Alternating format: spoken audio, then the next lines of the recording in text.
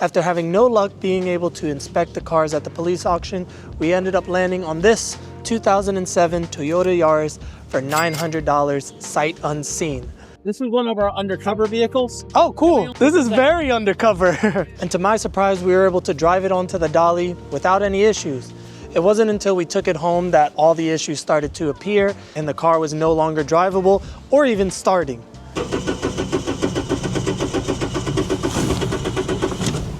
After finding out the issue was old fuel that has been sitting for over 4 years, siphoned all the fuel using a sketchy Chinese pump, which you guys told me it might kill me, and then filling it up with some fresh fuel, the car was running great again. And in this episode, we are gonna fix every mechanical issue wrong with this car so that way it can be the reliable Toyota that we all know and love. Let's not waste any more time. I'm Macho, this is Macho Motors. Let's get into it. So it's been a couple weeks since I've worked on the Toyota Yaris. Finding a hood for it has been extremely difficult. I found two. One said they had it, but then they actually didn't. And the other one said they had it.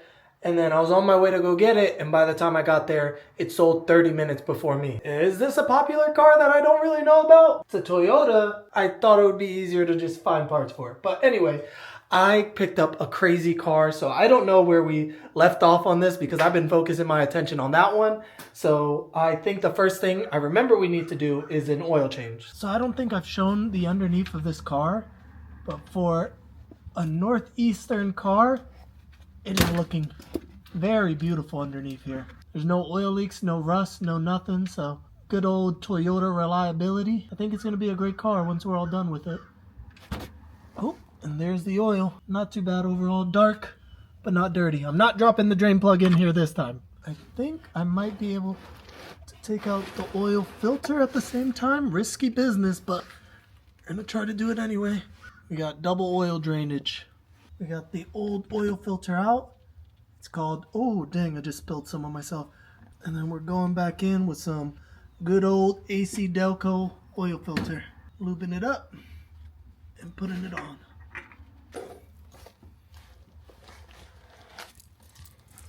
Seems like the oil's done draining, so we're gonna go in with the new drain bolt and washer. Here we are going with exactly 3.9 quarts of 5WD-30. I said WD, I meant W30. Who said I needed a funnel? Who said I needed a funnel? Who said, look at that pour. Going back in. Might be hard to tell on the dipstick, but we filled it up right to the middle line right there. So that is all good to me. So last thing we need to do to finish up the oil change is to reset the maintenance required light.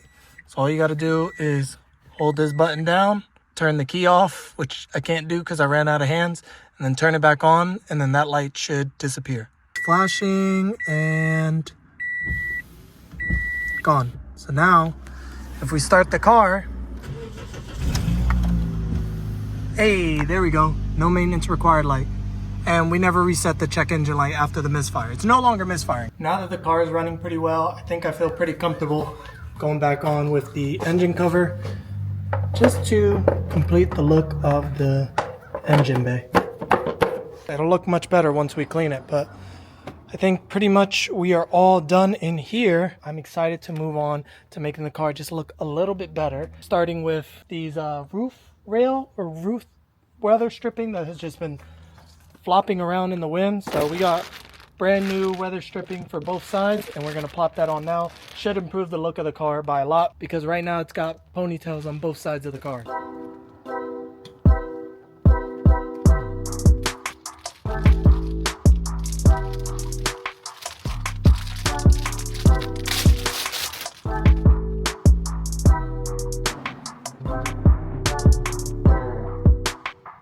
And I must say, the roof looks crazy, but this new weather stripping looking mighty crispy compared to this side that we haven't even done yet. So, huge improvement.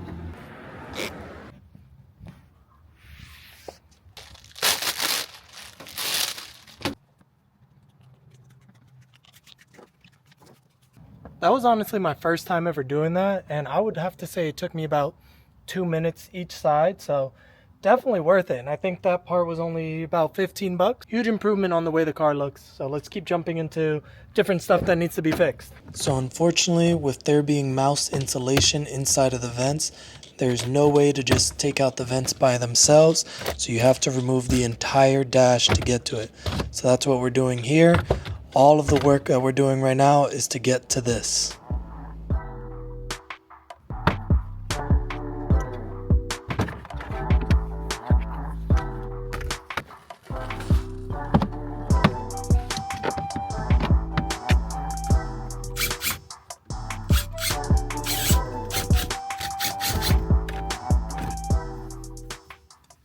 I'm not sure if I can have this on YouTube, but there are, I'm going to call them hemoglobin stains on the paper.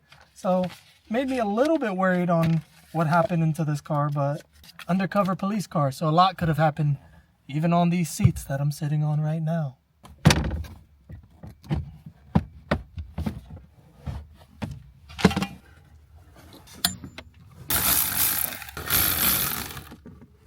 Now I think we have everything out of the dash, so it should just pop right out.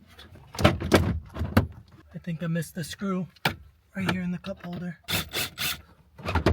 Yep, that side is completely loose. Okay, there we go. I think we got everything out. I just want to remind you guys, we're doing this all because we just want to clean out the air vents. All of this work for some air vents.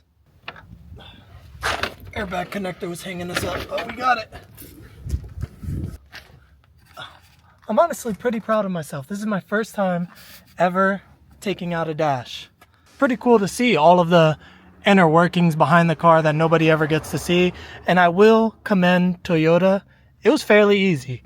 I've heard of other ones being crazy disaster, but this was fairly easy to do. Right now, we're just looking for any signs of rats being here and being able to discard any of their trash or insulation that they were trying to create for warmth. Most of it was inside of the vents themselves, but I do want to check inside the ducts to be sure that there's none in there as well. I was able to pop this one off, and this is why we're doing it. Mouse insulation right in there. Nice little comfy home for them, but time to discard all of their existence in here.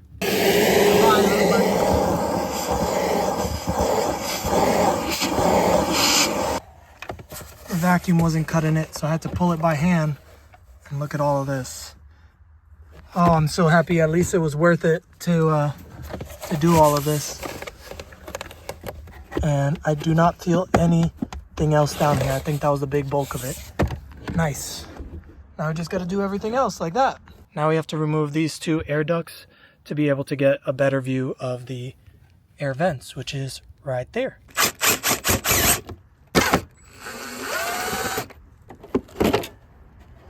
Oh, the air vent came off with it. It was supposed to stay on, but here's the other one. So, time to clean this all up and hopefully no more rat smelling car. So I thought, I'm not gonna have this opportunity many times to deep clean the dash and the other dash parts like this, so I'm gonna clean it outside of the car before I plop her back in. Time lapse time.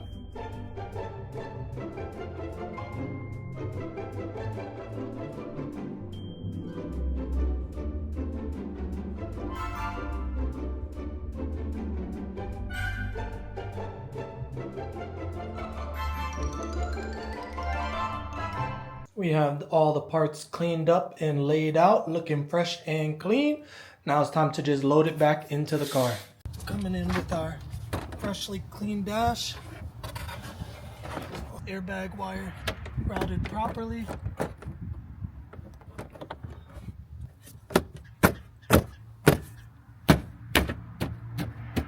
Couple of good slaps to make sure you did it right. Everything pretty much popped into place. If you really think about it, I think everything was held in by 2, 4, 6, 8 bolts for the entire dash to be able to take it out. Now we're going in with the freshly cleaned A-pillars. I believe they're called A-pillars. Alright, now we're going in with our freshly cleaned radio. Kind of difficult to get out, so.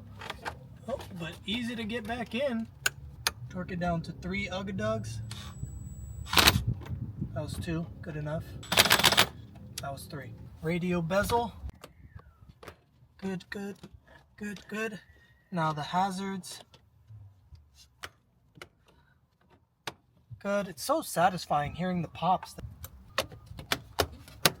Good. And last one. This one has less satisfying pops. I think we're all done.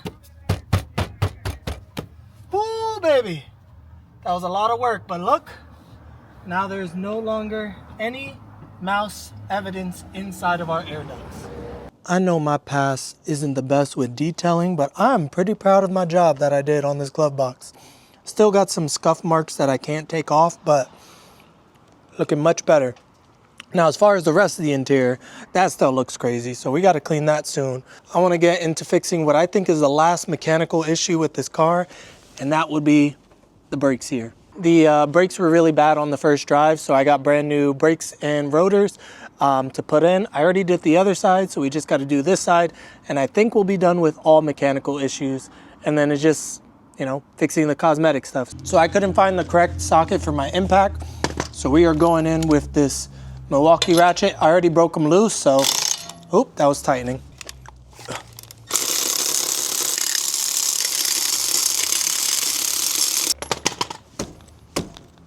Hi-ya! Hi-ya! Hi-ya! I believe it is hammer time.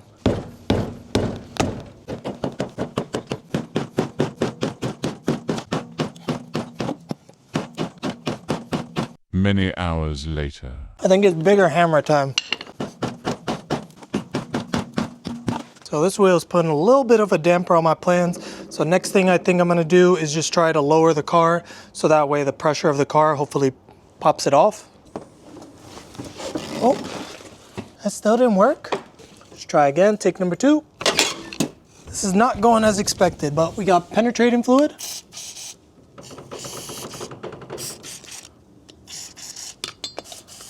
We're replacing the rotors anyway, so soaking it in penetrating fluid isn't gonna hurt. Give it another shot.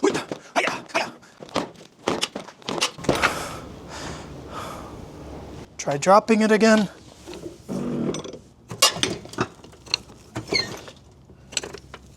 This part might be a little risky, but I'm gonna move the car a little bit back and forward just to see if we can break the wheel loose. Not sure why it's super stuck, but I think that's my next option.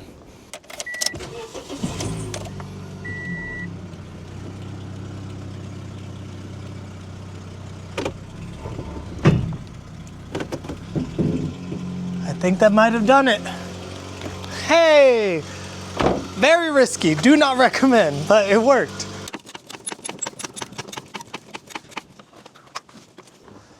Ooh, beautiful. And I think I mentioned it already, but these tires are beautiful.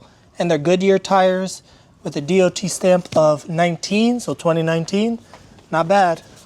First, the 2 caliper bolts.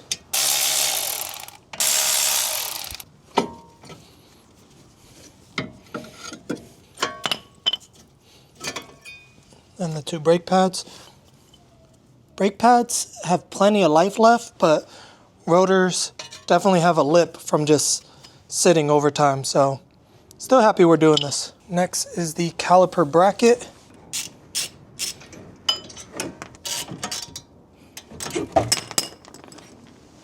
Happy we already sprayed penetrating fluid, so this should make it a little bit easier. Boom! First shot. Make sure this doesn't seize up again. Just gonna lather that up. New rotor going on. Perfect. Now we have the brake caliper bracket going on. I'm just kidding, I'm just kidding. I put it on like that so we could clean the back of it. Makes it easier, and then flip it over. And now we could clean the front side. Now we could put the caliper back on. Last thing I highly recommend everyone doing is always check in with your caliper pins, caliper bolts, because these are supposed to glide and slide smoothly, and I'm already having a lot of trouble taking them out. So, good sign to clean and re-grease them. And just look how crusty this one on the left is. This one was on the bottom, this one was on the top, but I'm gonna clean this, re-grease it, pop it back on. Here's cleaned, and here's re-greased. You don't need a crazy amount because if you put too much, then it might not bottom out. But you just want enough so that way it can glide in and out very smoothly. That's what she said. Here's what you're looking for. You can see how easily this bounces back and forth. If they're stuck and really hard to pull out, then definitely something you want to check on cleaning and re-greasing. Caliper, a few ugga-dugs. Done. As always, I think I might have outdone myself once again. Beautiful brake job. Time for the wheels to go on and take her for a test drive because I think that's the last mechanical issue. Okay, we have the wheel back on the car, going in for the first test drive. So right now we are taking the test drive for the Toyota Yaris, and I will say it is driving phenomenally. I have really no complaints. Brakes are great. The steering wheel is driving straight when I have no hands on it. As far as power, it has about the same amount of power that you would think a Toyota Yaris might have. So, she ain't fast, but she drives steady for a nice little commuter car. So, I've been saying that this is the last thing we need to fix on the car is the brakes. We all know that's not true because after the test drive, you could constantly hear it in the background, the exhaust.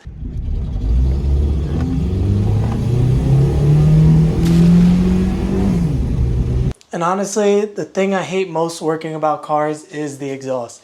Without having a lift, working on jack stands or ramps is just uncomfortable and I really hate doing it. But for the sake of YouTube, I'm gonna at least attempt to repair the exhaust. Unfortunately, it's raining today, so most of the car is wet, including the underneath. We're gonna get it done anyway for the sake of YouTube. There's two culprits of the exhaust leak, especially when it's coming from the front of the engine. One is the exhaust manifold might be cracked, the exhaust manifold gasket, or what I'm hoping for and what a common issue is for the Toyota Yaris is there's a gasket.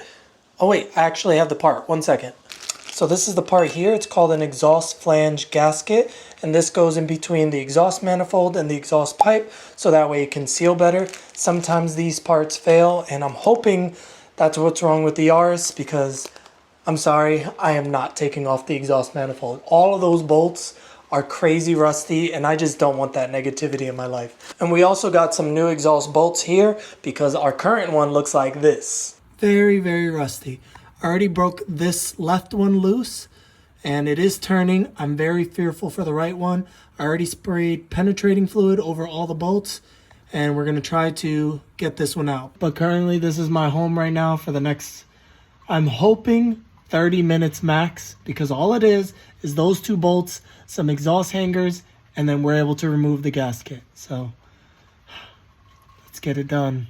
Once again, I'm doing this for you guys because I don't care about a loud exhaust. If you know anything about my daily, that thing is a fart cannon rocket, but for the sake of YouTube, I'm gonna do this. Okay, don't want to lose hold of this one that I already broke loose. All right, so one bolt down. That only took about 5 minutes. Luckily, here's the current situation for the second bolt. So I have my one arm here, just snaked around the subframe holding this on. I got the ratchet on the bolt. Going to connect my breaker bar and try to break that thing loose.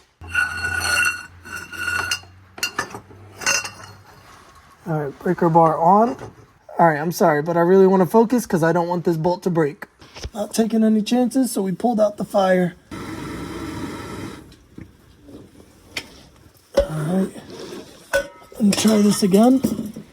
So my fear has come true, and we rounded off the bolt. This is why I hate exhaust work. We could either cry, which I already did, or pull out the bolt extractor and hope for the best. This one is a size 13, which that's what the bolt is, but I also have a size 12, and we're gonna just see what works. I'm very sad. Ladies and gentlemen, watch this, watch this. That is a spinning bolt. Oh, we were able to break it loose, but I'm losing grip on the bolt. But it is loose, which means We can take it off, but I want to focus. I'll catch you guys once the bolt is off, hopefully. Me and this little guy went through a battle together, but he did burn my hand a little bit, my arm. But it is off. So now, was that a waste of time? Or did we actually need the exhaust manifold gasket? We still got to take off those 2 exhaust hangers, and that should give us enough room to see the exhaust manifold gasket.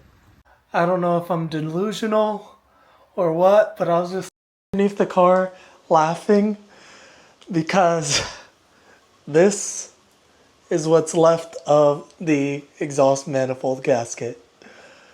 Safe to say, I think we found our issue. Oh my goodness. So that means all of that hard work might have been worth it. Just a quick recap. It is supposed to look like this. It currently looks like this. So I'm pretty sure this is the issue, which makes me really happy because all of that work really kicked my butt. But we did prevail. We did not let the exhaust leak win. Now is the easy part. Rusty bolts, hard part. Easy part, putting that on, 2 bolts, and then we're done. So I'll catch you guys once I'm all done. And here is the exhaust manifold and the exhaust pipe now, looking all fresh with the new hardware. So hopefully this is the fix to our exhaust leak. I'm gonna be real honest with you guys. Whether there's an exhaust leak or not, we are done. We're done with the car. That was the last issue it had. I'm done. Whether there's an exhaust leak or not, I am done. I do not want to do any more exhaust work. So moment of truth, I have the window open so we can hear it a little bit better. Key in. Please, no exhaust leak.